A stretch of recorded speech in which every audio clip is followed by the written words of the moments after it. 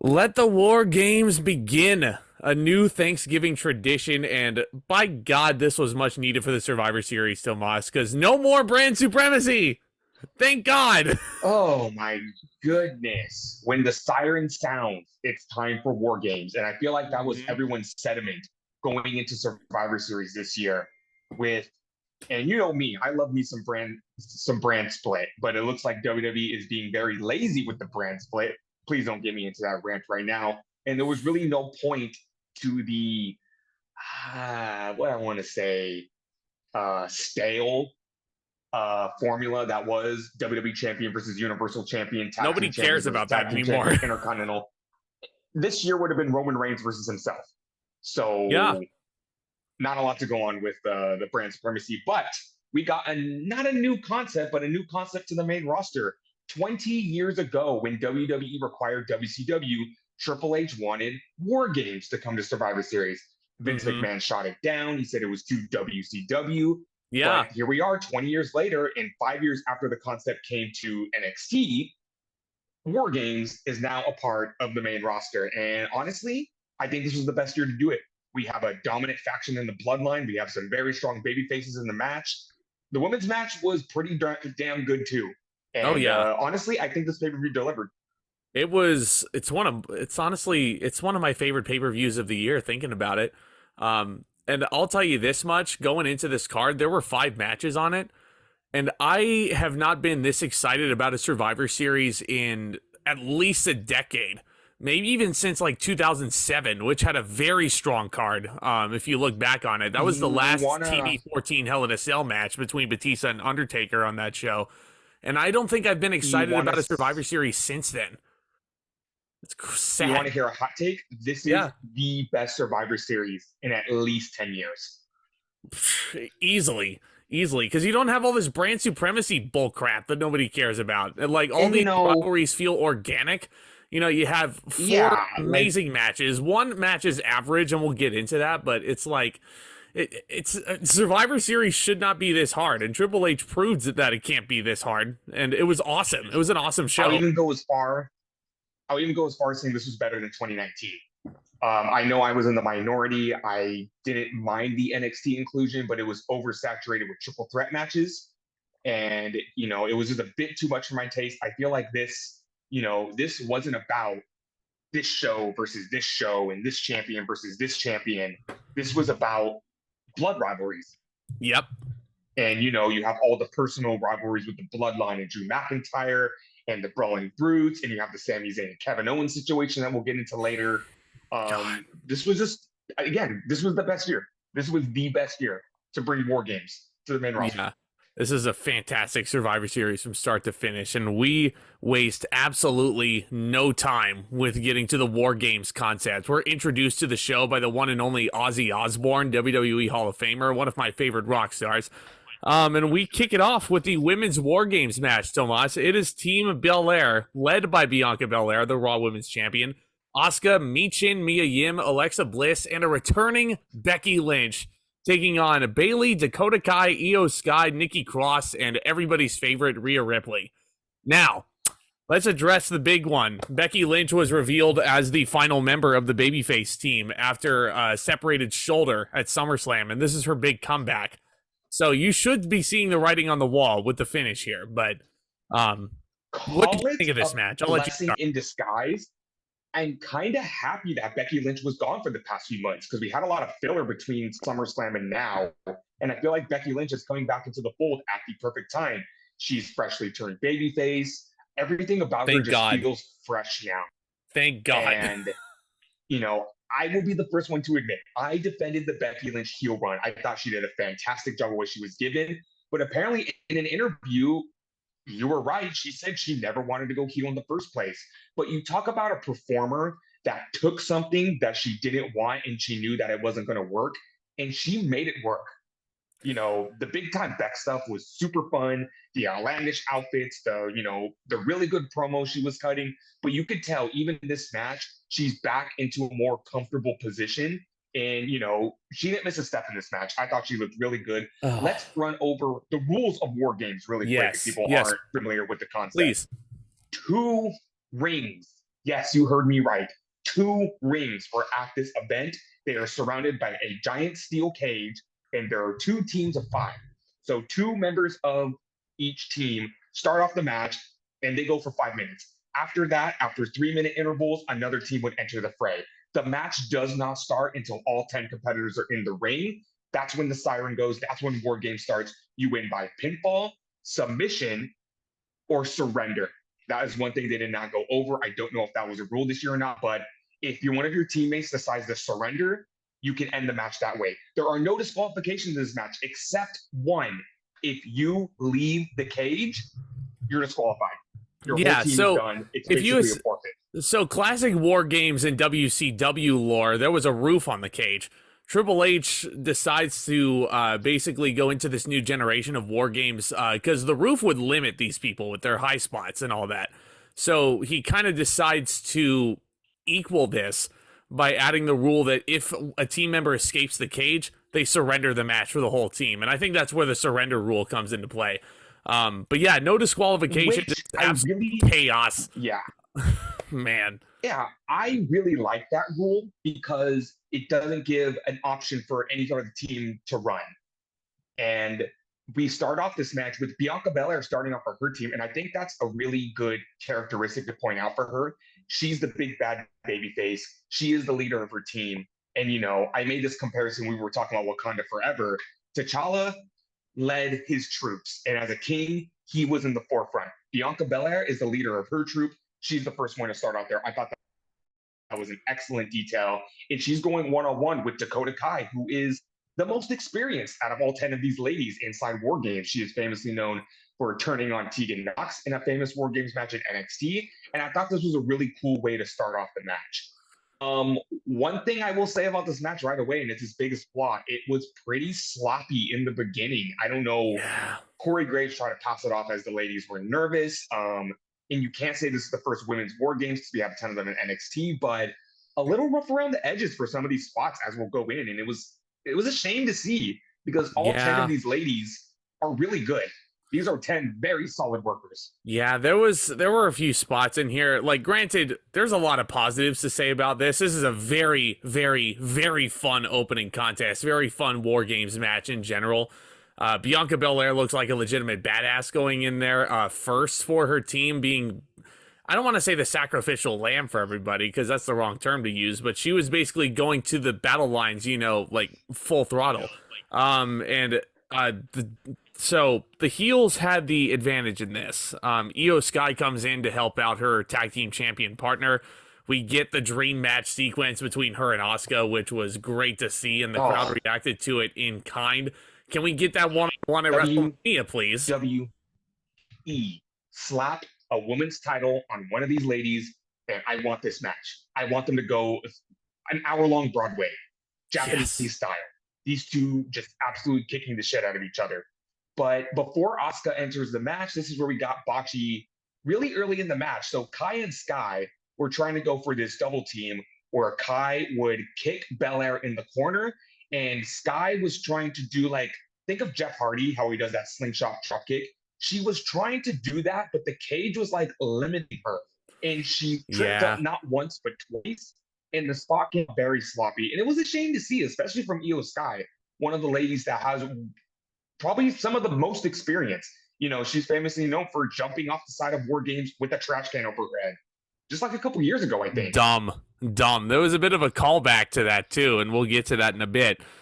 We do get Nikki Cross in this match. No longer Nikki ASH. She has dropped the superhero gimmick, and she is back to her old-school sanity-style unhinged gimmick, and the crowd loves to see it. The crowd loves to see it. Yeah.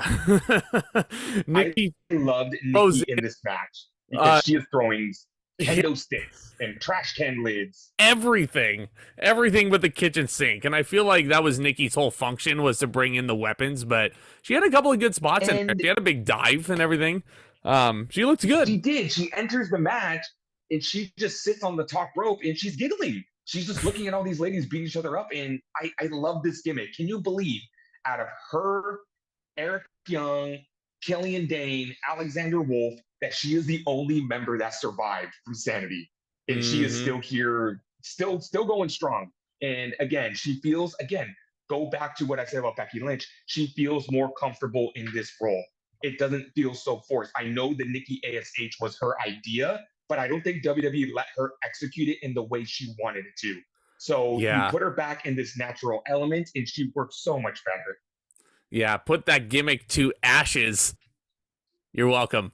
So next up is Alexa Bliss coming in to face her former best friend as Tomas just seethes right now. We get some decent action in here. There was a point where Nikki handcuffed Alexa Bliss to, like, she was trying to handcuff Alexa to something. Yeah, what's up? This was much later on in the match, but let me complain about this now. Yeah. So Nikki Cross goes to handcuff Bliss, and she's screaming at her, "Don't think I forgot. Don't think I forgot." Recalling to their tag team and recalling to how when Bliss was Firefly Funhouse Bliss, she turned on Cross. But that's not my problem. My problem is these handcuffs were huge, and Bliss's arms are tiny. Bliss has like handcuffs, penny-sized wrist, like, and the sides of the handcuffs. I'm like, they couldn't find any smaller handcuffs, and I'm just like, Alexa, just do that. Just slip it off. And I feel like she could, but she had to play it off like she couldn't. So I'm just like, where did WWE find these handcuffs? And they couldn't, like, hey, Alexa, let me see your wrist real quick. Okay, that's too big. We need to get some different ones. Does anybody run anything past these ladies before they do the match? I don't know, man, but the gimmick is that Alexa would handcuff Nikki to herself. No, like, this whole spot was very sloppy because Alexa was going for like a back suplex off the top while she was handcuffed to Nikki Cross. And the idea was that Nikki would take the bump on the trash can, but Alexa Bliss took a full back bump on the trash can herself, and Nikki got none of it. It did not look very good, unfortunately. It would have been cool, but for some reason it was sloppy. You want to talk about sloppy? Io Sky hit a very snug Hurricane Rana onto Bianca Bellaire. A little too close to her neck. I guess Bianca Bellaire would give the receipt because they go for the Hurricane Rana again, and Belair, or was it Belair or was it Ripley maybe? Somebody hit a very snug power bomb onto Io Sky. Like, that was ugly. I think it was Belair. Man, yeah, it was. I mean, I enjoyed this match, but there were too many sloppy moments in here to really make it like full-on classic War Games, in my opinion. Bayley comes in and she really love this match. Yeah. Oh, yeah. No, totally. Bayley comes in and she brings in ladders. The crowd is chanting, "We want tables." Here's my nitpick here: if Bayley is the heel, the crowd is chanting, "We want tables." Bayley brings the tables in anyway.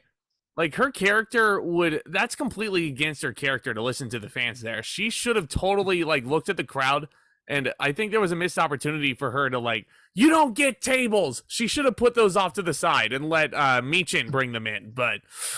Do you remember Roman Reigns versus Big Show in a last man standing match at Extreme Rules 2015? Unfortunately, and Roman Reigns kept trying to set up a table. Hey, that's a hidden gem in my opinion. Anywho, but Reigns keeps trying to set up a table, and Big Show keeps like throwing the tables to the side. He smashes the table, and he keeps saying, "No tables," like just to get the fans mad. I feel like Bayley could have done something like that, like totally anti whatever the fans want.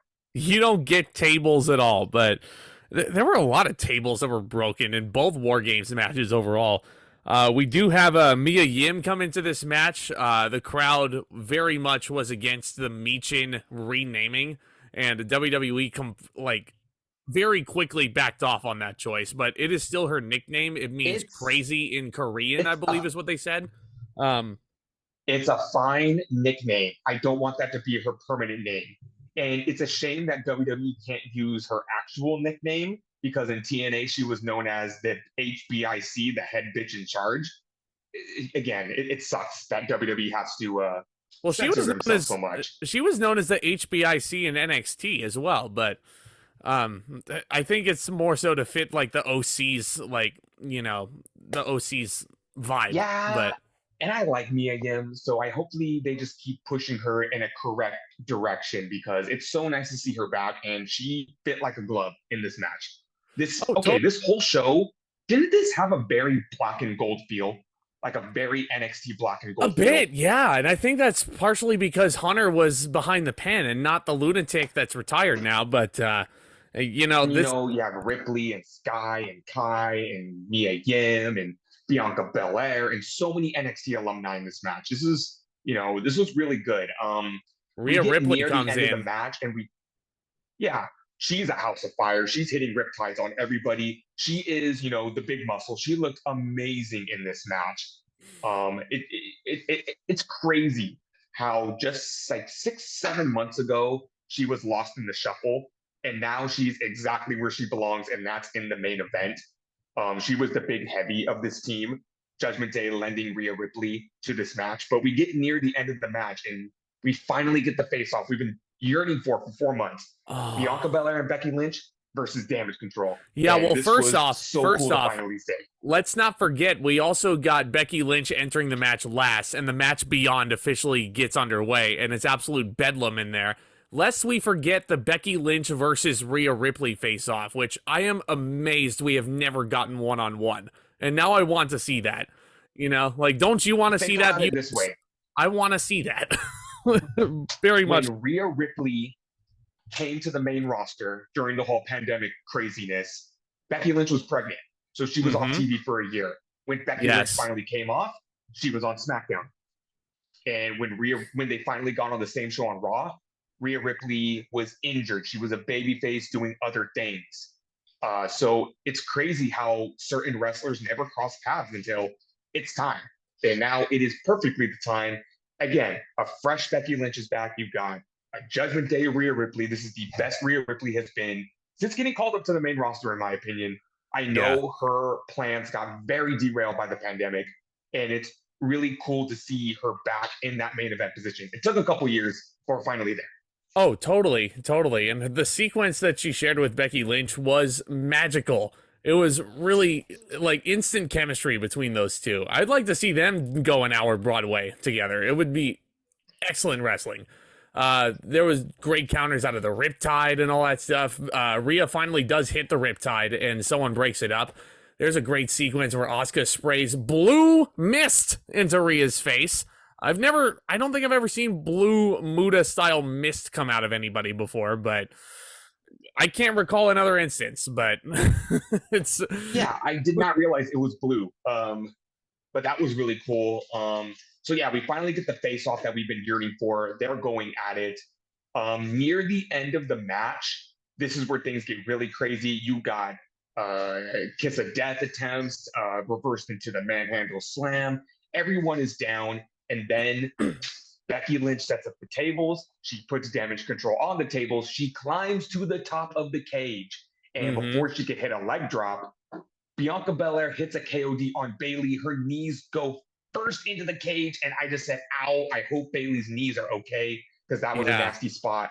And then Becky Lynch leaps off the cage, leg drops Damage Control through the tables. 1, 2, 3. Team Belaire wins. This was a really fun match. And hopefully the end to this feud. It's been going on only 4 months, but 4 months too long. Especially when it's so one-sided with the baby faces. I'm going to give this 3 3/4. It was a very fun opening contest. A little bit too botchy here and there. The Alexa Bliss, Nikki Cross, mess up with the trash can was I don't know. It was iffy. But the good spots in this match more than made up for it. Yeah.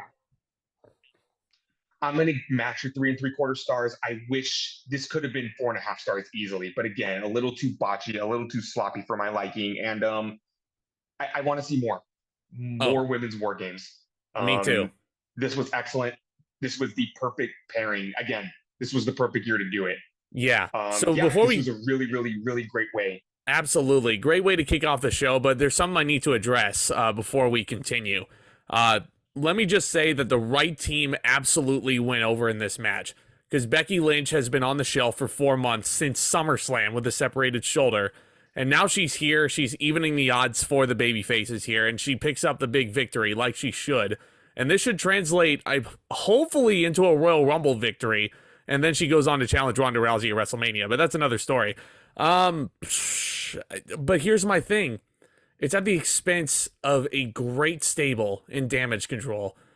And this name, Damage Control, that should mean so much more than the way they've been booked. Becky Lynch pinned pretty much both women's tag team champions at the exact same time. Bayley should be the Raw Women's Champion by this point, but I'm not the one making all the decisions. I mean, this is nothing against Bianca, but for a gimmick like this, for a name like Damage Control to work, they should be going in doing the damage control, literally. They should be like, you know what? Bianca's not the right answer for this women's division. Bayley is. Io Sky and Dakota Kai are being brought in, and they're the tag champions, so that's a start. But they didn't hold all the gold like I wanted them to. Bayley did not win the ladder match at Extreme Rules, man. And I feel like she definitely could have. And it's not a slight on Bianca at all. It's very, very tough saying this because I want Bianca to continue, but it's like I want Damage Control to be pushed like they should. And I can't take them seriously anymore. So this is a very rare case of Triple H trying to have his cake and eat it too. He so desperately wanted this faction, and it was Bayley's idea, and he could have put it over even bigger. But I made the comparisons before. Bianca Bellaire is your female John Cena. Oh, yeah. She is the most protected woman on the roster. She is a role model to kids. She is the perfect, poster girl for this company. And I understand they want to push her to the moon. And that's why I'm saying with that. She is. That's why I'm saying that. In every single way. It's not a slight on Bianca at all, but like, again, for this gimmick to work, really, they should be going in cleaning house and running roughshod. And now I cannot take them seriously as a threat anymore. Like, they've lost one too many times. Perfect. They came in, they beat Bianca Belaire's team at Clash of the Castle, and then the ladder match happened, and Bianca Belaire won, which I was okay with, but down goes Bayley. And then they have another match at Crown Jewel, and I'm just like, Bayley's not going to win at this point. They had their moment and they kind of squandered it. So you go back to 2020, WrestleMania Backlash, Hell in a Cell. They were supposed to have an I Quit match at Money in the Bank. Extreme Rules ladder match. Last woman standing at Crown Jewel. And Bianca Belaire has beaten Bayley every single time. Every single time. So it's just, again, it feels, you want to make the comparisons to Cena. This is like when Cena beat Miro, when he beat Umaga, when he beat Bray Wyatt, when he beat Big Show all those times. Styles, when he would come the winner on all the top of those feuds, when he beat Big Show, when he beat Batista, when he beat The Miz, when he beat Brock Lesnar. It's just I get they want to keep their star strong, but unfortunately other people have to fail. Thankfully, I think Bayley is at a point in her career where she can take a lot of losses, like a Seth Rollins, and she'll be fine. But Io Sky and Dakota Kai need the rub more than ever right now. And you could say, they have the women's tag team titles. To quote Solo Monster, nobody gives a fuck about the women's tag team titles. I want to care about the women's tag team titles, but when you're in a division with no established tag teams, why should you care? You can't really do that. A 6-week rotation to a new team. You can't really do that. And Damage Control has exactly to our point. They've lost way too many times for me to take them seriously from this point on. Bayley loses the ladder match at Extreme Rules. She loses the last woman standing match at Crown Jewel. Now they lose War Games. And I'm just sitting here like, how do they recover from this? I'm sure tell you now, talented enough to. They're talented enough to, but it's like, when's enough? With us being in Royal Rumble season and there being no pay-per-view in December, they're going to be stuck in limbo into the Royal Rumble. Yeah. It's really going to be stuck in limbo, man. But anyway, fun opener, but it does have a double-edged sword with this finish here. That absolutely the right team went over here with Becky Lynch, and she should be, she literally is like the female Stone Cold Steve Austin. Someone who didn't want to turn heel, someone who's very over with the crowd because she's very edgy. But it comes at the expense of a really amazing stable here that Triple H made. But speaking of amazing stables, we see the tribal chief Roman Reigns in the dressing room with his special counsel Paul Heyman. He's talking to his right-hand man, Main Event Jay. And he's basically asking him what he heard Sami Zayn talking to Kevin Owens about. And Jay's pretty much spilling all the beans. And Roman's like, call Sami Zayn. And it was funny because Paul Heyman's just sitting, he's just sitting in the background and he holds his cell phone up like this. And he's like, call Sami Zayn. And I'm like, okay, put the Siri in there. To think that WWE wrestlers have all of their coworkers' names in their phones as their gimmicks, that just makes me crack up. I think there was a point where Matt Cardona posted a screenshot of a conversation between him and The Undertaker, and his contact for him was The Undertaker.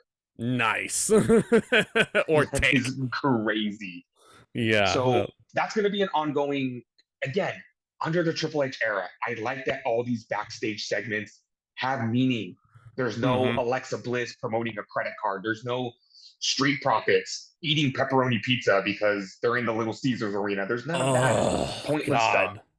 You know, it's either innocent filler like The Miz and Dexter Lumis, or it's the bloodline, and all of this matters. Up next, we have a match that kind of took me by surprise, honestly. Not because it wasn't booked well, it was in the ongoing feud between the OC and the Judgment Day, but I didn't, I guess I wasn't looking at this like a dream match. I was just looking at it as another stoke in the rivalry.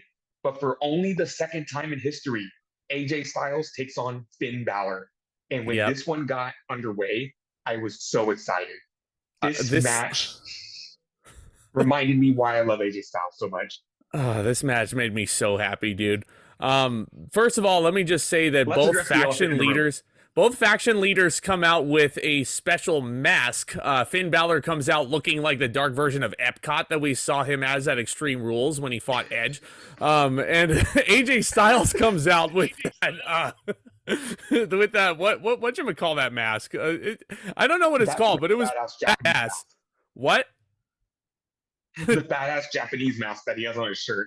Yes, on the OC t-shirt. And he's accompanied to the ring by Gallows and Anderson. Finn is, of course, accompanied by Damian Priest and Dominic Mysterio, fresh off of a Thanksgiving beat of his father, by the way. But Tomas can't stop laughing at the Epcot thing. But I love Finn Balor, and I love these special pay-per-view masks he's wearing, but where did he get these ideas? Why did he just decide to wear a Power Rangers mask? It was a Power Rangers mask, wasn't it? The only thing... I just imagine, the only thing he's missing is MVP's in-ring gear, and he's a full-blown Power Ranger at this point. I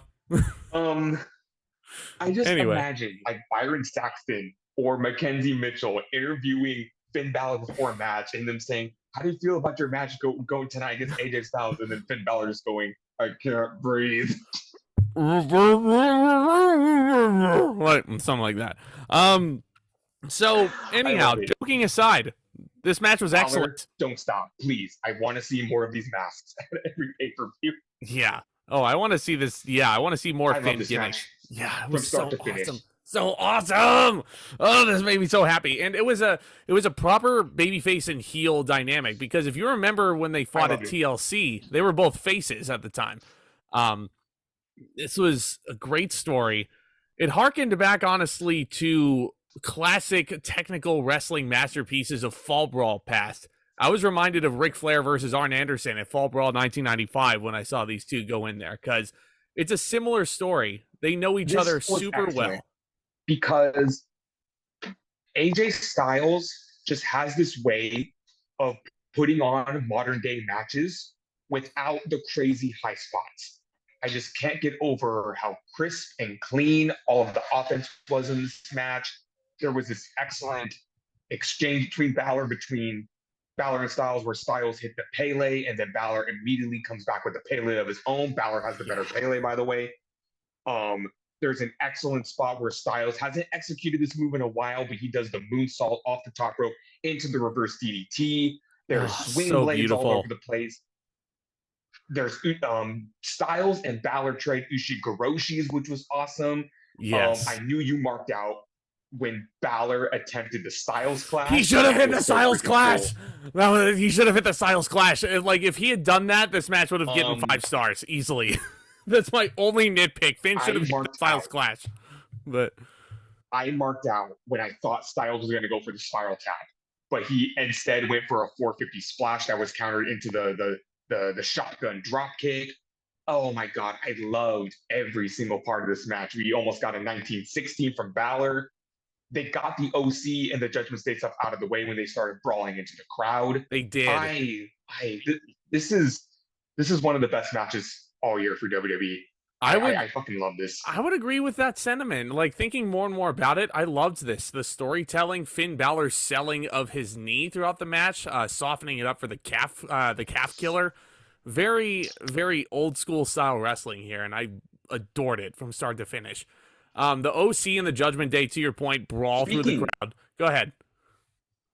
Speaking of hearkening to past Survivor Series, we got a little callback to AJ Styles' match with Brock Lesnar a few years ago at Survivor Series. You talk about the calf killer. Styles is able to hook on the calf killer, and Bálor is able to reach back, grab Styles' head, and just slam it into the mat repeatedly. I love when they counter that move that way. Part of me wants to say the calf killer is one of my favorite submission holds, but every time I look at that move, it looks like it hurts Styles more than it hurts his opponent because he has that shin just wrapped up in his shin too, and he is just wrenching back as hard as he can. I'm surprised Styles has been using that move for almost 10 years now, and I'm surprised he hasn't broken his ankle using it. Yeah, it's absolutely crazy. But these two wrestled for 19 minutes. Finn Balor goes for the coup de grace. He lands on his bum knee. AJ gets in position and pins him clean with the phenomenal forearm. Finally, AJ Styles wins on fucking pay-per-view. It is not that hard. Really not that hard. But you know what my favorite part about this match was? Yeah. No gimmicks, no overlooking, no interference, none of that. Styles pinned Balor clean in the middle. They were talking about it. Clean. It's crazy with this crazy storyline that's going on. The commentators did a good job of reminding everybody that this is about Styles and Bálor both being the leaders of the Bullet Club. Yes, they said the Bullet Club in Japan. Yeah, fuck you, Vince McMahon. Yeah, take that. Bullet Club mentioned on your product. This was just about Styles and Bálor, who is the better leader. And I feel like Styles' journey from WrestleMania to now is finally complete. He finally beat the leader of the Judgment Day, whether it be Edge, whether it be Bálor. This was excellent. It gets 4.5 stars. If you would have given these guys 10 more minutes, this could have been a 5-star classic. Oh, totally. Totally, yeah. I'm going to go with 4.25. I think that matches my rating I would give the TLC match that they had. I loved it. Absolutely loved it. I wish that they weren't put in the death spot here right after a War Games match. Because if they went on like 3rd, maybe even 4th in the US title spot, like this could have been like easily one of WWE's like the undisputed best match of the year. But as it stands, it is one of WWE's strongest matches they've had all year long. But brilliant old school storytelling. Adored it. It was a treat. It was an absolute delight. This was my match of the night. This was my match of the night. Really? And I want to go back and watch it again. This was fucking excellent. Okay. Just everything about it. And I don't know what it was, but I want to say like halfway into this match, I kind of just sat there and went, this is fucking good. This is really, really, really good. Mm-hmm. And I just can't get over how good this match was. But when you put AJ and Finn in the same ring together, of course you're going to get an excellent match. You know what? I'm going to bump my rating up 4.5 stars. I can't. I was sitting there on 4.25 because I wanted more crowd energy, but I'm like, these two are too good. These two are too good to not give it. You know what's crazy? Can you believe that AJ Styles and Finn Bálor have more chemistry than AJ Styles and Bryan Danielson did? Oh, man. Man, oh man. I mean, AJ, keeping in mind, AJ is 46 years old. Finn Bálor is creeping up on 40 years old if he's not already there. And these two look like they haven't aged a day. They're among like some of WWE's like pioneers right now, and they're just like Finn Balor is being booked perfectly as a member of as the leader of the Judgment Day, essentially. Just a friendly reminder: Styles has only been in the WWE for 6 years, and the shit he's accomplished in those 6 years. Now, can we put him back in the world title scene, please? That's the next step. But get the fucking world title back on Raw, and absolutely you can. Because I think Styles has one more run left in him before he ends it up for good. Yeah, 100% he does. But up next, we have Ronda Rousey defending the SmackDown Women's Championship against Shotzi Blackheart. The announcer... Our hometown girl. Billed her from Oakland, California, and I popped big for it. Unfortunately, Shotzi was a lamb being led to slaughter here. Ronda Rousey is not losing this SmackDown Women's title, at least until WrestleMania. Go ahead. I want to talk about the positives more than I want to talk about the negatives, because I know this match got huge slander from the crowd. Again, Shotzi is from the Bay Area. I have done my Bay Area circuit when it came to independent wrestling. I only met Shotzi once, but let me tell you how I met Shotzi. Here we go. Was after an independent show.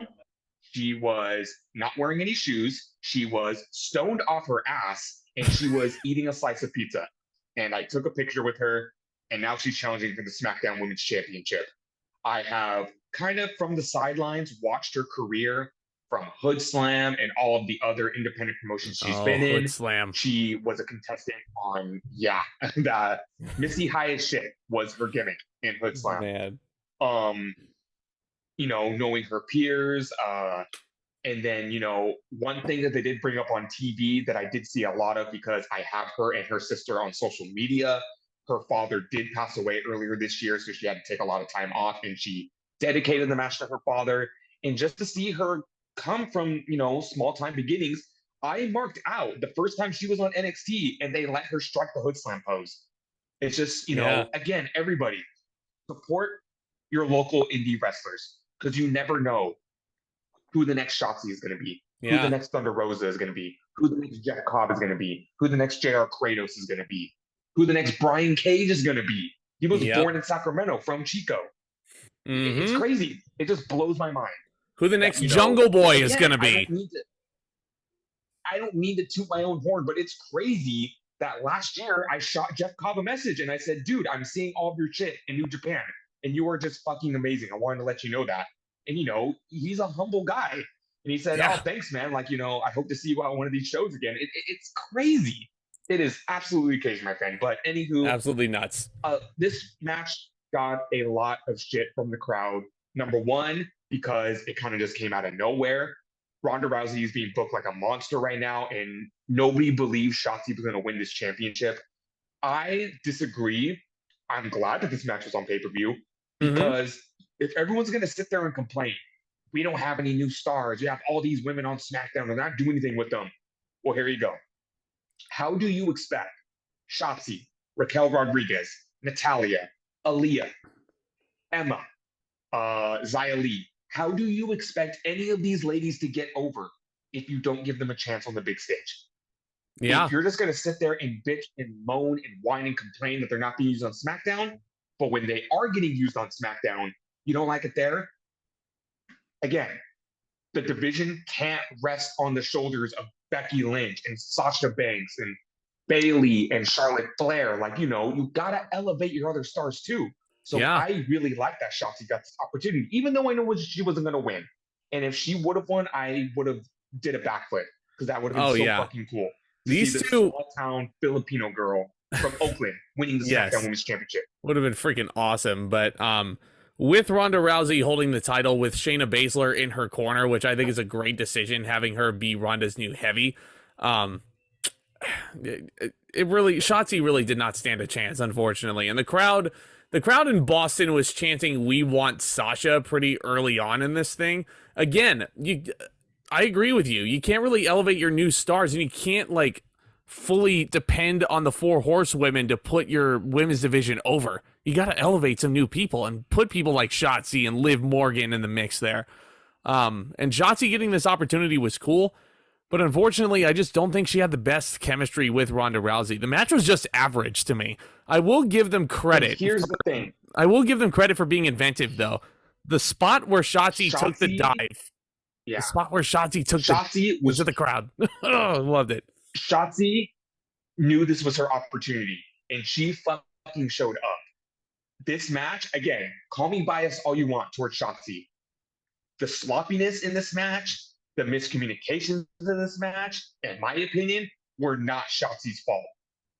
This was, No. I hate to be so blunt and so harsh, but this was just Ronda Rousey being a bitch. Yeah. She was, in my opinion, she was not, communicating at all in the ring. Again, you talk about that really cool spot, and I really liked it too. They're wrestling on the outside, and Shotzi dives off the barricade, and she lands on Baszler, Rousey, and a couple of fans. I thought that was really cool. It was really inventive. Nice Obviously, they were plants that were put into the front row for this spot, but it's something that you've never really seen before. And I really dig that about this. And here's the spot that really drives my point home. Shotzi was going for a tornado DDT off of the top rope into the apron of the ring, and Rousey did not follow her down the entire way. And in my eyes, and in my opinion, that was Rousey refusing to bump for Shotzi. I'm sorry. Yeah. I did not see it any other way. Totally sandbagged her, didn't she? But, Ronda hits a super judo throw off the top and eventually locks in the armbar after the Piper's Pit, and Shotzi taps out. Ronda retains. 2.5. I mean, again, this 2.5 isn't Shotzi's fault. 2.5. Yeah, it's I know average. I'm in the minority, but there are some people online that are going absolutely insane with this match. They're saying it's the worst women's match they've ever seen on WWE. No. They're saying this far from it. Atrocious, so bad that it was funny, and I'm just like, it was not that bad. I've seen worse. You know what? That little 2-minute squander that Liv Morgan and Ronda Rousey was a lot worse than this at SummerSlam. Totally. So you're saying all the raw and panty matches that we've gotten through the Ruthless Aggression era are better than this match? Absolutely not.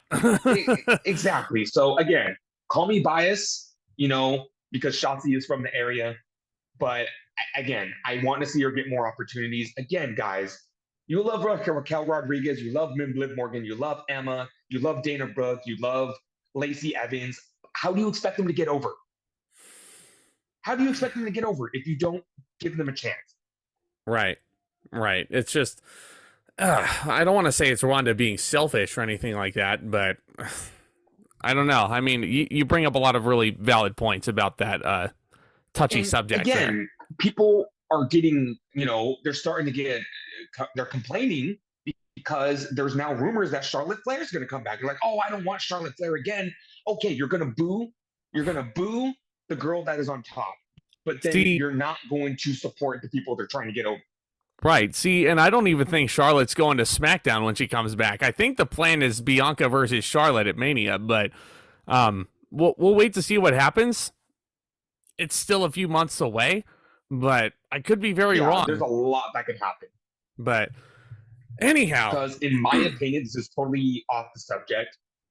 In my opinion, I feel like Triple H would bring all this new talent back. He's kind of having a little, where do I want when the eventual draft does come after WrestleMania? He's going to be like, okay, I have this talent now. Where are they going to work best? So he's kind of, just letting things happen.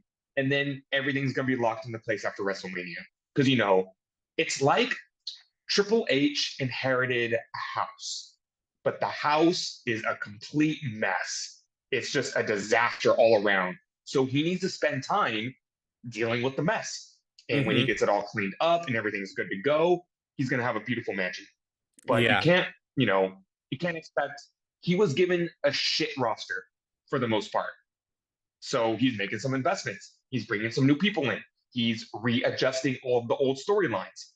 And I feel like after WrestleMania, it's like a complete makeover. Yes, absolutely. He's going to give the WWE a brand new, fresh coat of paint. Again, you talk about where Charlotte Flair gonna land.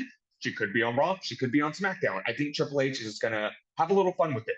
Oh, totally. And I can already tell he's having fun with it because the WWE pay-per-views so far under Triple H's regime have been a lot of fun, and it's been such a breath of fresh air. But before we introduce, so let me tell you something. Go ahead. 1 month ago, Mia Yim. Okay, let's take it back. About 6-7 weeks ago, Mia Yim, Luke Gallows, and Carl Anderson weren't even part of the company, and here they are on pay-per-view. And it feels like they've been. It feels like they've been with the company like for years. With the way Triple H is booking them, years. Like they were only brought back like a month and a half ago, isn't it? Like 6 months ago, if you would have told me Carl Anderson, Luke Gallows, Mia Yim, Emma, all these people that were like afterthoughts a couple years ago. There is rumors of Matt Cardona coming back to the company, and I believe that. You know, all these people, Bronson Reed, is just like I'll believe it when I see crazy. it. I'll believe the Matt Cardona one when I see it. But yeah, Ronda and Shotzi though, perfectly average match. But we cut backstage, and Roman is continuing this little storyline that he had. Sami Zayn comes into his locker room. This is an absolutely beautiful segment where Roman basically asks him if he was talking to KO. And Sami is upfront about it. And he's like, yeah, I was talking to him. And he completely justifies everything. Because he didn't want to put the fact that he was talking to Kevin Owens on Jay's plate because he had the big advantage match coming up on SmackDown. And he basically tells Roman, there's only a few people on this planet that are allowed into this locker room, and I'm one of them. And it's a very humble, impassioned speech that he gives him. And Roman, it acquiesces him. And he's like, let's do this thing. And these two fellas hug it out, and this crowd is just sobbing tears of joy. Roman's still a bit skeptical as the camera zooms in on him. It's brilliant acting on his part, too. Roman gives a really good performance through this whole pay-per-view, but I swear, you could plant a bunch of drugs and guns and a bunch of illegal stuff in Sami Zayn's car and have him get pulled over by the police, and Sami Zayn would be able to talk his way out of it. Yeah. He is the master strategist for a reason. In seeing him talk his way out of every single situation he's been put in since he's joined the Bloodline, this is the best storyline in WWE right now. And it's crazy how this thing just came from nothing. It's not even close. I was thinking about this. I don't even remember when Sami Zayn started fucking with the Bloodline, and now he's an honorary Uso. It's crazy. He's Sammy Uso now. I'm telling you right now, if Vince McMahon was still running the show, and he saw how much Sami Zayn was getting himself over, Sami Zayn would be jobbing on main event right now. Yeah, he would have shafted him down the card. But Sami Zayn is propelling himself up to the main event picture. And inevitably, apparently what I'm hearing is when the Bloodline eventually turns on Sami Zayn, like when they turn on Sami anyway, because we all know this is where it's heading. Apparently the plan is Roman versus Kevin Owens at the Rumble, Roman versus Sami at Elimination Chamber, which is in Sami's hometown, and then Kevin Owens and Sami challenging the Usos at Mania, which is what everybody saw, but which is what everybody's predicting anyway. But the Sami Zayn storyline in 2022 is the equivalent to RK Bro in 2021. WWE wasn't anticipating how fucking over this was going to be.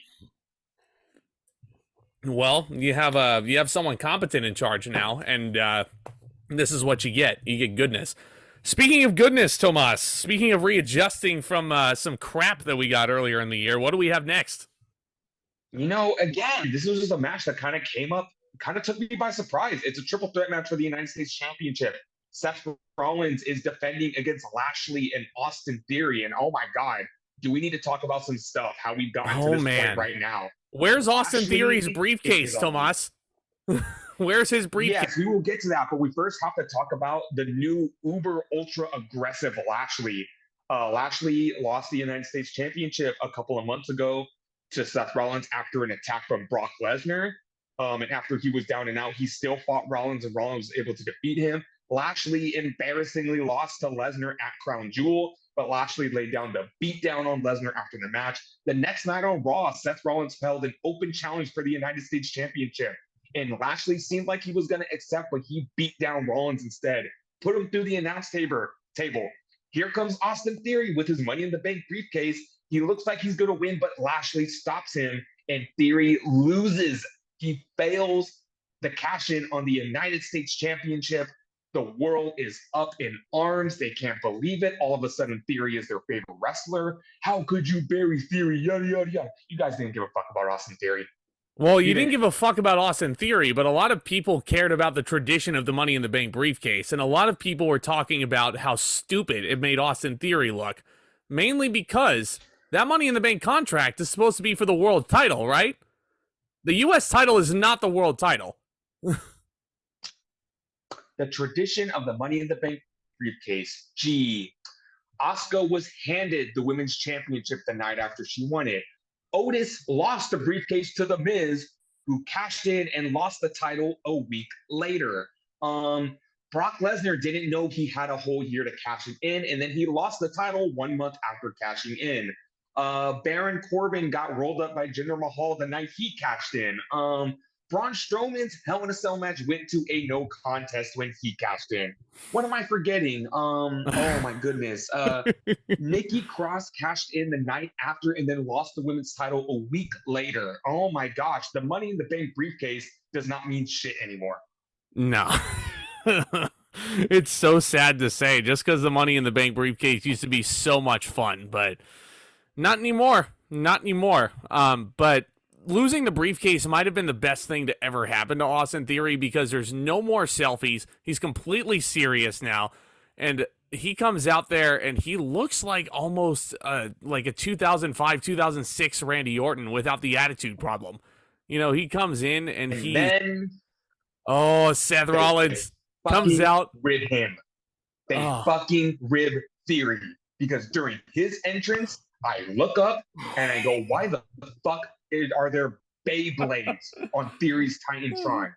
Apparently I forgot about they that. had no other place in the show to put the stupid fucking Beyblade sponsorship, so they chose Austin Theory's entrance. They said, fuck you, Theory. We're going to advertise children's toys during your entrance. We can't do that to Rollins because he's our top star. We can't do that to Lashley because he's a top star. Fuck you, Theory. Beyblade. Let her rip. Well, too bad. It's not going to be made up for at the end of the match. I'm crying, dude.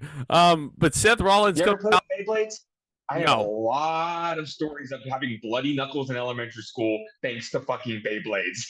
Oh, I played with Tech Decks, not Beyblades, but Seth Rollins comes out. Fingers pinched. He's a total fucking babyface, and the crowd is like singing his theme song. He's supposed to be a babyface now, right? Because that's what it feels like. Like, he cannot be a heel. He can. No, WWE can't make up their mind. There is no fucking way that Seth is a heel right now, because the crowd just loves him too much. His offense is not really catered to be a heel. Bobby Lashley feels like a heel. Austin Theory feels like a heel. Someone has to be the babyface, right? Lashley is still slapping fans with. He's slapping high fives and he's doing his fist pumps. What is going on? I don't know what WWE wants, but what I do know is that this match was excellent. Oh, this match it was so good. All over the place. Man, oh man. One of my favorite spots in the match where I guess the steel ring post had a family emergency, so Seth Rollins played the role of the ring post in this match because Lashley picks up Theory on his shoulders and he just rams his head into Rollins like he does the ring post, and he goes down. That was a great spot right there. Oh, so good, man. And there were a lot of really creative, inventive spots that I've never really seen in a triple threat match before. Bobby Lashley does a double full Lashley on Austin Theory and Seth Rollins. That was so fucking cool because he puts the full Nelson onto Rollins, and then Theory jumps on Lashley's back and puts a sleeper hold on him. Again, I like double submission holds when they do with this because thank God Rollins didn't put, I don't know, a Boston Crab on Lashley, and then Theory puts on a crossface, and they go, if he did no, who is the good? I thank you for not doing that. Thank you for not pulling a full gear. I think Seth Rollins was the MVP of this match, though, because he was just completely out of this world. He was hitting suicide dives like on both sides of the far ring where they were wrestling. And just Falcon arrows and just everything looked so damn good. 10 years after his debut at Survivor Series with the Shield, by the way, and he looked freaking incredible.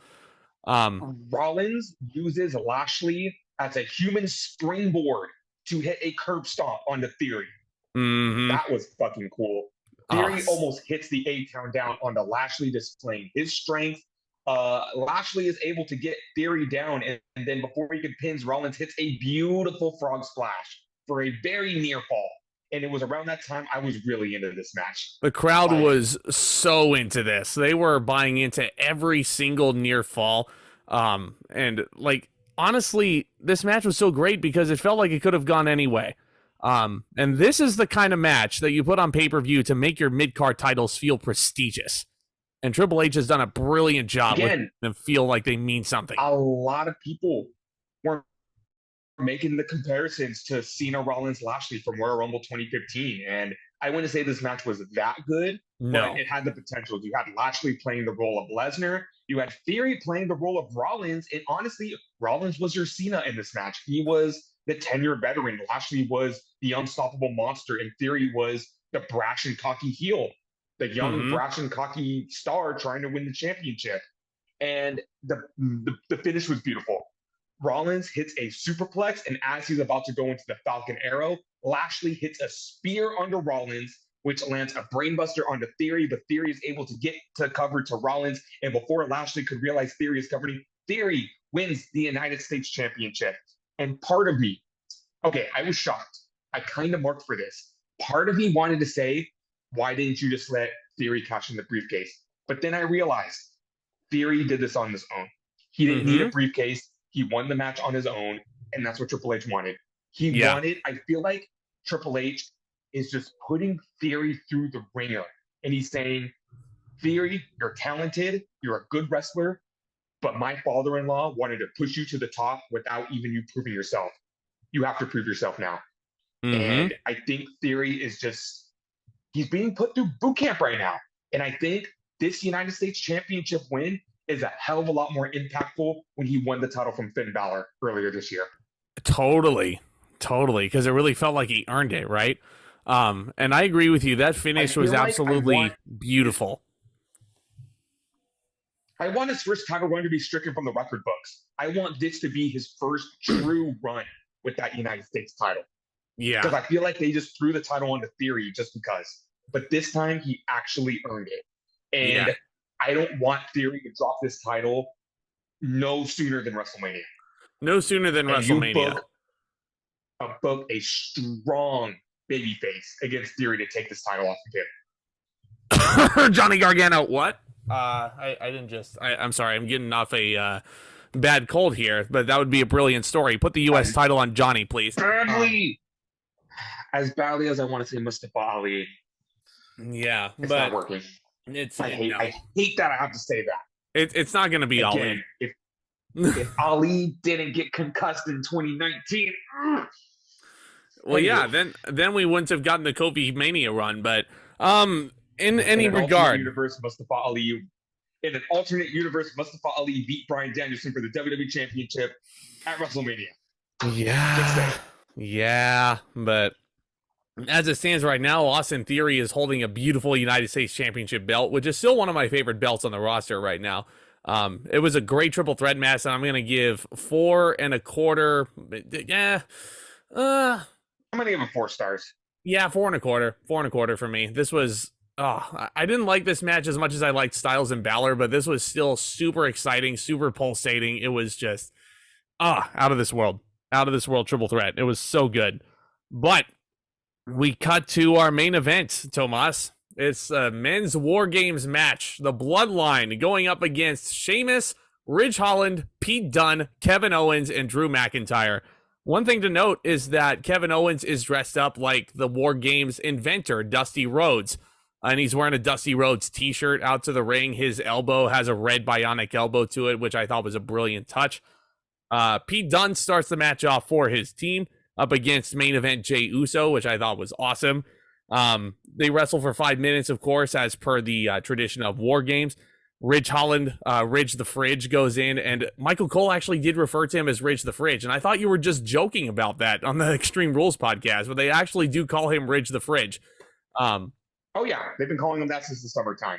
Yes. One thing I want to point out right away is that in the Bloodline's cage, I love this setup because Roman Reigns just looks like the Godfather. and he's just sitting there, hands folded. He's looking down, and it's just like the whole time I was watching that match, I was just like, when Roman Reigns enters the ring, it's fucking game over for everybody.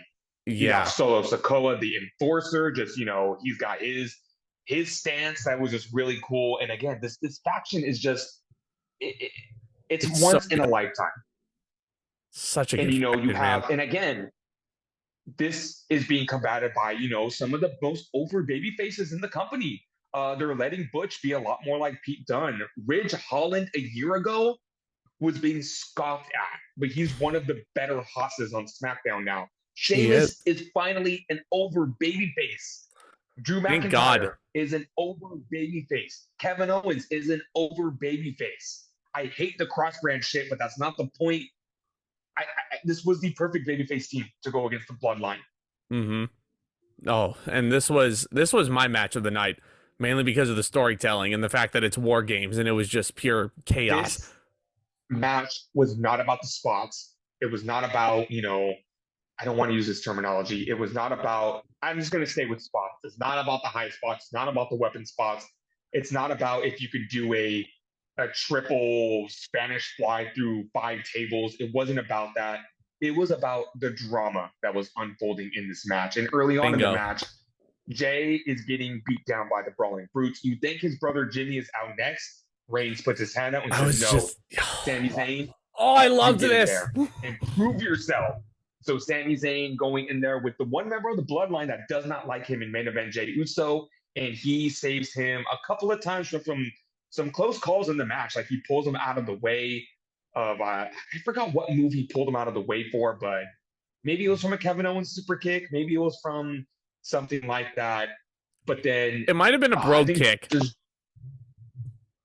Yeah, he pulls him out of the way of a bro kick. Drew McIntyre enters the fray, and it's crazy to think that Drew McIntyre was kind of an afterthought in this match. I'm disgusted at this. Like, Drew should be the world fucking champion right now, but he's not. He should. Yeah, Drew apparently wants to. Drew apparently thinks his character is getting stale, and I don't disagree with him. I mean, if he had won the title, maybe not, but I mean, I would not be opposed to a Drew heel turn. He needs a complete refresh. Like, it just sucks because McIntyre has nothing to do right now. He has no one to really feud with, and he is the top babyface on SmackDown. And again, if these damn titles were just split up, there would be a spot for him to be WWE champion. It's just that it sucks that WWE was going to strap the rocket to this guy. And then the fucking pandemic happened, and it's like when the fans came back, the first thing on WWE's mind should have been, okay, let's do this shit with Drew McIntyre again. And I know, and I still give him what he deserves. It was Lashley's time to be WWE champion when they did WrestleMania in Jacksonville. But the fact that they could never just, you know, circle back to McIntyre. And they had their opportunity at Clash of the Castle, and they just didn't do it. They didn't do it because they want to make sure Roman Reigns holds the belt for like 2,500 days or whatever he's going to be holding it for until he drops it to Cody Rhodes. But Drew goes in there. He looks like a house of fire. Then we get Jey Uso into the mix, and you're noticing that the baby faces are the ones with the advantage. The reason why I loved this match so much is because it did something that's very difficult for a War Games match to do, is give the baby faces the advantage, but still be as compelling as it is because of the story. Jimmy, Jay, and Sammy get to infighting. Jimmy's gotten along with Sammy, but Jay and Sammy start fighting. Jimmy's trying to be the peacekeeper, and then we cut to Roman just sitting so imposed in the cage, and Michael Cole is like, Roman looks disgusted. And I'm like, yeah, what an observation. He does. And that's a great adjective to use. Kevin Owens gets in there. It's very, very fun. Kevin Owens has done War Games before, and he's all fired up. Then we get Solo Sikoa. I will never forget when Kevin Owens was the surprise partner for Team Ciampa, I think it was, in 2019. That was so out of left field. And every time I see Kevin Owens in War Games, I go back to that NXT takeover.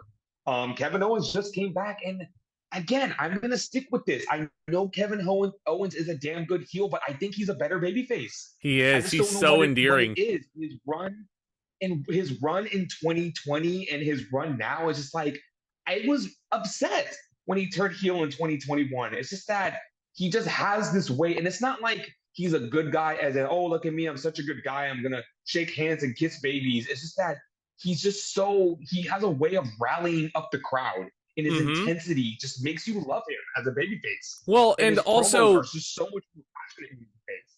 KO isn't someone who will bullshit through promos. He kind of calls things like he sees it in character. And that's why the crowd is so drawn to him. That's why I'm so drawn to him. That's why I love Kevin Owens. It's just because he looks at situations and he's like, you know what?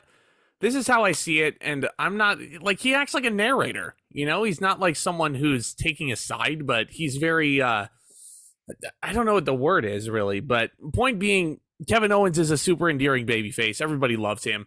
Let's talk about Solo Sikoa real quick.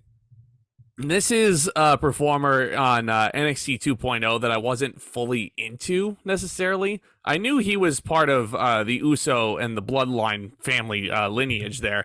They weren't calling him an Uso at that time, and I couldn't understand why. But it's mainly because he was trying to go out on his own as a singles guy. And they attach him to the Bloodline as this enforcer, and he's giving me serious Umaga vibes right now. Anyone who knows, right? For That's a what I was thinking this entire time. He's got the build of Umaga. He's a little bit shorter. He's got, like, you know, the Taz height going on, like the Taz pose. But he reminds me so much of the Samoan Savage that we got during the Ruthless Aggression era that I loved so much. I was such a big Umaga. Again, yeah, like with the way he was just selling the offense and the way he was hitting the super kicks, I literally said to myself, he's like a little Umaga. And that is so fucking cool to see. And when I saw Solo Sikoa on NXT, I was like, yes, this guy is good. Now hurry the fuck up and get him with the Bloodline because he fits like a glove. He does. He really does. And then, yeah, the last person to enter the babyface side is Sheamus. Again, what a fucking year Sheamus has had. Literally putting on banger after banger after banger. And I can't believe I'm saying this for the first time in my life. It was a little forced when I was, you know, fresh out of high school and Sheamus was world champion. But now I can finally say Sheamus is one of my favorite wrestlers. And he, again, he did it so, his babyface turn was so organic. Yeah, like his clinics that he put on with Gunther, especially at Clash of the Castle, really, really helped propel Sheamus to a whole other stratosphere. Corey Graves called this a career resurgence like he's never seen before. That's a perfect analogy. Sheamus is so over with this crowd. Honestly, if it wasn't Kevin Owens at the Royal Rumble, I wouldn't mind seeing Roman Reigns versus Sheamus with the roles reversed and actually being interesting, but... Again, we are recording this review 2 nights after Survivor Series, and there was an article that dropped today that I'm going to get into after we're done with this match. Yeah. I feel very... I'm at a crossroads with this decision that they made for the next pay-per-view. But again, Roman Reigns enters the ring and War Games has begun. The match beyond. Roman Reigns rallies up the Bloodline. Sheamus rallies up the Brawling Brutes, and they are standing in separate rings, and they are just ready to fucking go at it. And they do, and it is absolute insanity, and I loved every second of it. Oh, man. Can we talk about 50 beats of the Baldrin? Oh, I love that. I love that. So Sheamus wants to hit Roman Reigns with the 10 beats of the Baldrin. And then the Brawling Brutes join in with the Usos. And then everyone on the Brawling Brutes has their respective Bloodline member. And Michael Cole with the Call of the Night. Are we going to get 50 beats of the Baldrin? And I feel like we got 100 because that was such a sight to see. Sheamus hit Roman Reigns with 25 beats of the Baldrin. Yes. And then Drew gives him an extra one for good measure. We get some really amazing spots in here. There's tables in the mix. Drew is power bombing Jimmy Uso through tables. Roman is spearing one of the brutes through a table in the corner. It's just Roman was getting his hands dirty in this. Like, he wasn't just going to be standing off to the sidelines like a part-timer right now, like he is, and understandably so. But, you know, he was when Roman has to get into the ring nowadays, he is, you know, say what you want about him right now. Say what you want that he was Vince's golden child through the 2010s, which he was. But that man is just too damn good to really critique right now. And the crowd kind of sees this. And again, I feel like ever since the Thunderdome era, we've seen so many career resurgences. And it's engraved in my mind when Roman Reigns returned at SummerSlam 2020 and just absolutely annihilated The Fiend and Braun Strowman. And we never really looked back after that night. Yeah. And with his super shiny white teeth, with his Wreck Everyone and Leave t-shirt, he was looking lean and mean and ready to fucking go. And he never looked back. A mere 7 days later, he won the Universal Championship. And it's been the Roman Reigns show ever since. He's held that title since Payback 2020. And it's now Survivor Series 2022. Over 800 days ago. 818 days is what Michael Cole said. I don't see Roman dropping this until Mania.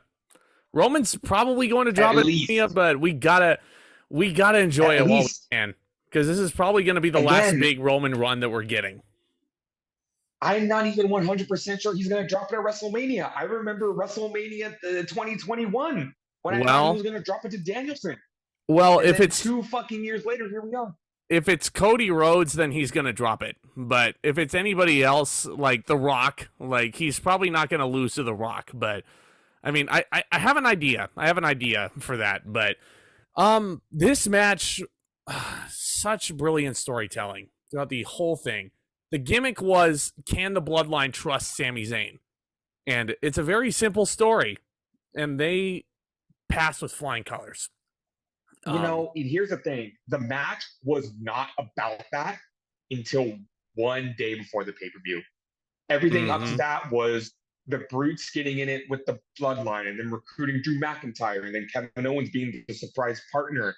And then one night before the pay-per-view, they threw us a curveball and threw the Sami Zayn thing into the mix. And Kevin Owens and Roman Reigns had a beautiful exchange at the end of the match. There's a pop-up powerbomb, a super kick, and then Kevin Owens hits the KO stunner. He goes for the pin, 1, 2, and Sami Zayn dives and he grabs the referee's hand. Yes. And the look of betrayal in Kevin Owens' face. Again, Zayn didn't just break up the pin. He physically stopped the referee from hitting the 3 count to make sure Kevin Owens did not win this match. Something I've never seen before. And it's a great touch because he did it without physically harming the man who is the best man at his wedding, as Michael Cole said on commentary, which I thought was a beautiful touch. Adding that just little sprinkle of personal, I don't know what else you would call it, but point being, like blurring the lines between real life and kayfabe here is just an excellent touch in the Triple H era. To quote Sami Zayn himself, we are destined to do this forever, whether it be in Ring of Honor, whether it be in NXT, whether it be in WWE, whether it be no matter what, whether it be in front of a bunch of television monitors, and whether it be in front of a limited crowd at WrestleMania. Again, these guys had their blow-off match 6 years ago at Battleground. And here we are. They always circle back to each other. Whether Owens is the face and Zayn is the heel, whether Zayn is the heel or Zayn is the face and Owens is the heel, whether they're both heels, whether they're, we're about to enter that, hopefully the era where they're both baby faces teaming up. They were teaming up the night Bryan Danielson came back to wrestling. Again, it's one of those, I never want to see this end. I want these two to be old men in a retirement home fighting over the last cookie on a plate. And then fighting over the last bowl of oatmeal. Exactly. These guys, this is maybe the greatest rivalry of all time. It's, again, the way they just circle back to each other is amazing. Better than Hunter and Sean, huh? Better than Hunter and Sean. It's up there. Man, it's up there. Bold statement, because I know how much Tomas loves the Hunter and Sean rivalry, but yes, the storytelling in this thing was just out of this world. Sami Zayn stops the pinfall without harming his best friend yet. The Usos start to get involved. Kevin Owens starts fighting them off, and then Sami Zayn makes his decision, hits Kevin Owens right in the balls. And, the feeling of betrayal there. Roman is just watching all of this after the KO stunner, which I thought was another great touch. Roman Reigns does not get the win for his team. Sami Zayn throws his best friend down on the floor. He tells Jey Uso, go ahead and splash him. Jey Uso does it and gets the win for the Bloodline. Yeah, only after Zayn hit the haluva kick, after the blow. That's right. That's right. Thank you. For the Samoan shot. And, you know, again, my only thing is when all this was happening, I'm like, damn, everyone else would have been knocked the fuck out because no interference by McIntyre or Sheamus or the other brutes. And again, this match that had nothing to do with the loyalty factor until last night ended with Sami Zayn digging that knife into the back of Kevin Owens, getting the win for the Bloodline. And then apparently the moment that popped everyone, Zayn finally got the hug from Jey. Yep, he got accepted. The animosity is over. Yep. Sami Zayn is no longer an honorary Us. He is an official Us. He is being welcomed into the Bloodline. And this just makes the story that much better. From here going out, again, I feel like Sami Zayn accidentally found himself in this position. Because I don't remember when Sami Zayn started fucking with the Bloodline. I don't remember. I thought it was a joke. I thought it was like a joke that Sami was trying to attach himself at the hip to the Bloodline and like just wearing like the old 2021 Bloodline merch with the We the Ones shirt as Roman comes out with the Usos and all that. But again, it was a year ago where Sami Zayn won the title shot against Roman Reigns just to get absolutely annihilated by Brock Lesnar, and then Roman Reigns just comes to the ring and pins him. And then here we are a year later, and again, it's Sami Zayn. He does not get the credit he deserves. He's a diamond in the rough, man. Ring, outside the ring, on the mic, you know, putting together fake conspiracy theory documentaries, which WWE fucking released the footage. Where is my conspiracy theory documentary where Sami Zayn is wearing the I Am the Intercontinental Champion t-shirt? Like, where is that? Confirmed himself. The documentary is finished and it was ready to release, but they never did. WWE released the footage. Fucking conspiracy theorist. This War Games match was awesome. 4.5 stars. It's my match of the night. Man, oh man. Just the fact that they were able to like tell this compelling of a narrative with the heels at a disadvantage. That tells you how good this match is, man. Loved it. I originally gave this 4 stars, but with, you know, looking back on it, I'm going to bump it up to 4.25. Again, you said you couldn't have said it any better. They told a narrative, they told a drama through a wrestling match in a way that I've never really seen it told before. We've gotten the comparisons over the years that pro wrestling is like a soap opera. This was probably the most dramatic soap opera TV novella story I've seen told.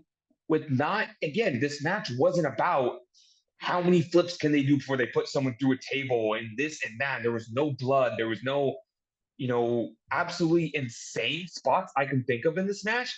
And then at the end, when we got the betrayal, when we got that whole narrative the Et tu Brute moment. Kevin Owens. Exactly. You know, exactly. The Julius Caesar betrayal and Kevin Owens taking that pinfall.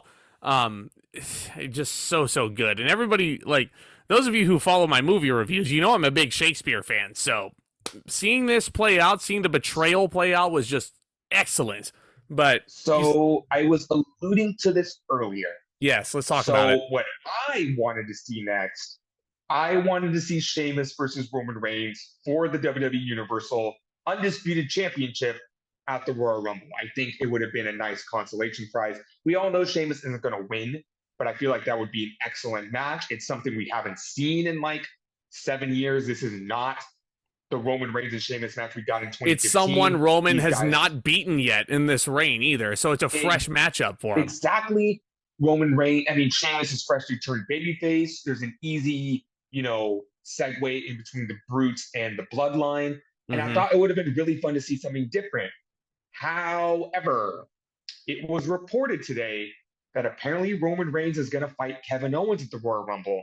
And all I have to say is, I know I'm going to get a lot of shit for this, but we've seen it already. We have. Actually. Yeah, at TLC 2020 and Last Man Standing match of the Royal Rumble with a botched finish. And Royal Rumble 2017, where Owens was the Yes. heel Universal Champion and Roman Reigns was the babyface. With Chris Jericho in a that shark match. cage. Yes, I No love holds the Royal barred. Rumble 2017 match. I really like the Royal Rumble match, minus the finish. I know that the match is going to be great, and I know why they're doing this, but one fun part about Roman Reigns' title run has been who's next? Mm-hmm. Who's next on the victim list? And Kevin Owens is already on the victim list. It's like like watching the Undertaker at WrestleMania go through his victims for the streak and all that. Everybody was like, "Who's next? Who the heck are they going to try and throw at him to end this thing?"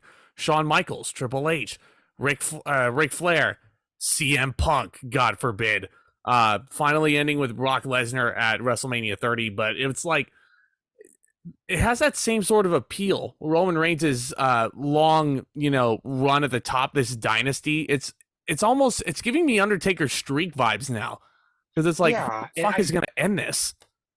I understand and I get the dynamic, and it's only been 2 years, or it's only been a year. So I feel like we've seen it already. No, it's gonna be 2 years in 2023. Mm-hmm. Yes. I feel like we've already seen this passionate babyface Kevin Owens try to wrestle the Universal title away from Roman Reigns. And the only other dynamic now is going to be the Bloodline and Sami Zayn. So I just feel like I would rather see Sheamus because we've never seen it before. Yeah. If you were going to do Roman Reigns versus Sami Zayn at Elimination Chamber in Sami's hometown to build up to Roman's eventual WrestleMania title defense, I mean, Kevin Owens at the Rumble would make sense, but it was also reported that Roman was apparently pissed off at a spot that Kevin Owens did in the match where he like got Roman's ear wrung about, like, I don't know, maybe it was like one of the slaps that Kevin Owens did that was a little bit too close to the ear, but apparently Roman was hot. I don't know if this is gonna like translate into changing his opponent to Sheamus at the Royal Rumble, but hopefully it doesn't like damper Kevin Owens' position too much. That's my other thing. We have 2 months into the Royal Rumble. Why are we deciding on the opponent now? Mm-hmm. Let's have some fun with it. Let's go into the next month of SmackDown and see, I mean, I appreciate Triple H's long-term booking, but why do you have to make up your mind right this minute who Roman Reigns is going to fight at the Royal Rumble? His mind might change next month.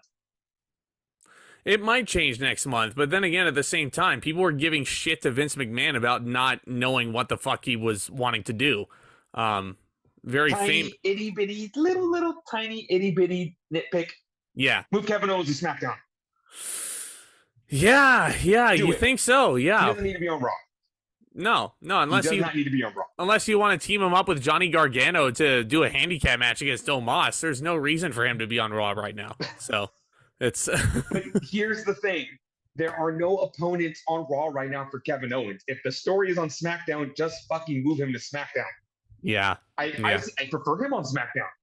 Just make a trade. Just make a trade like they did with Rey Mysterio. They moved him to SmackDown, didn't they? Yeah. It's not that difficult.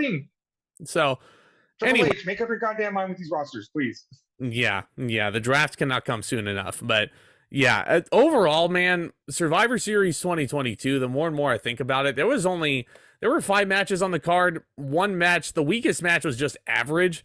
Everything else was above 4 stars, like very close at or above 4 stars.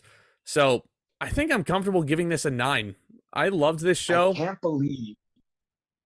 can't believe in 2022, after every single WWE pay-per-view, it has me yearning for more. Mm-hmm. Like, I can't remember. It's been a while since I've watched a consecutive string of pay-per-views. And when it got to the main event, I was like, damn, is it ready? Is it over already? Time flies when you're having fun. Yeah. And these Extreme Rules, Clash at the Castle, Survivor Series, they've just been so fun to watch. Like, Triple H made watching pay-per-views fun to watch again. Yeah, it could not have come soon enough. But folks, let us know what you thought of Survivor Series down in the comments. Give me your number grades. Tomas, what are you going to give it? Oh, I'm going to give it an 8.5. 8.5.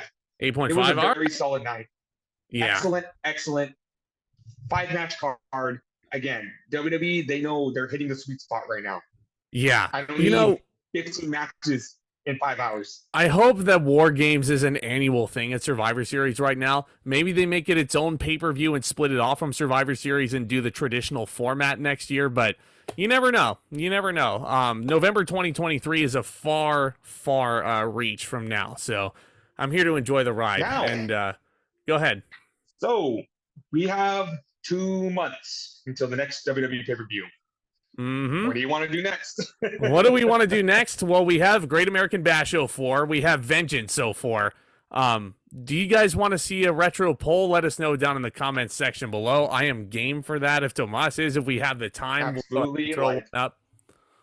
Hey, maybe we're still in a War Games mood. Let us know if you want us to review some old school fall brawls. If you want to take a look at some WCW War Games. December is Starrcade month. So if you want us to review a WCW Starrcade, we have not reviewed a WCW show before. Never. Again, we're going to have some free time between now and the Royal Rumble, and there are no AEW pay-per-views until next year. So when we go to AEW episode, yes, I should also note. Hopefully I get to go. Cannot hopefully. Because, hopefully. Cough. Yeah, so cough, hint, but you know, we'll see what happens. We'll see what happens. Revolution is in San Francisco. It's in our neck of the woods. I mean, I would love to go to that.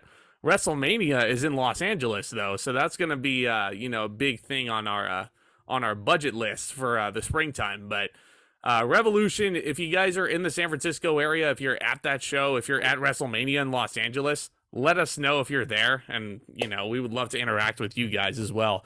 Hit that subscribe button if you're new, and tap on that notification bell. Hit that thumbs up. Smash the like button. That really helps this content get out there to more beautiful viewers like you.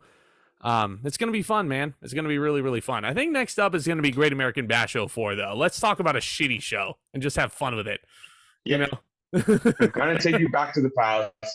So I'm about to talk about some shitty pay-per-views that suck ass. Yeah. Quoting the angry video game nerd there. Oh, yeah. No, we're not sugarcoating that either. But, folks, thank you all so much, and stay tuned for the next one.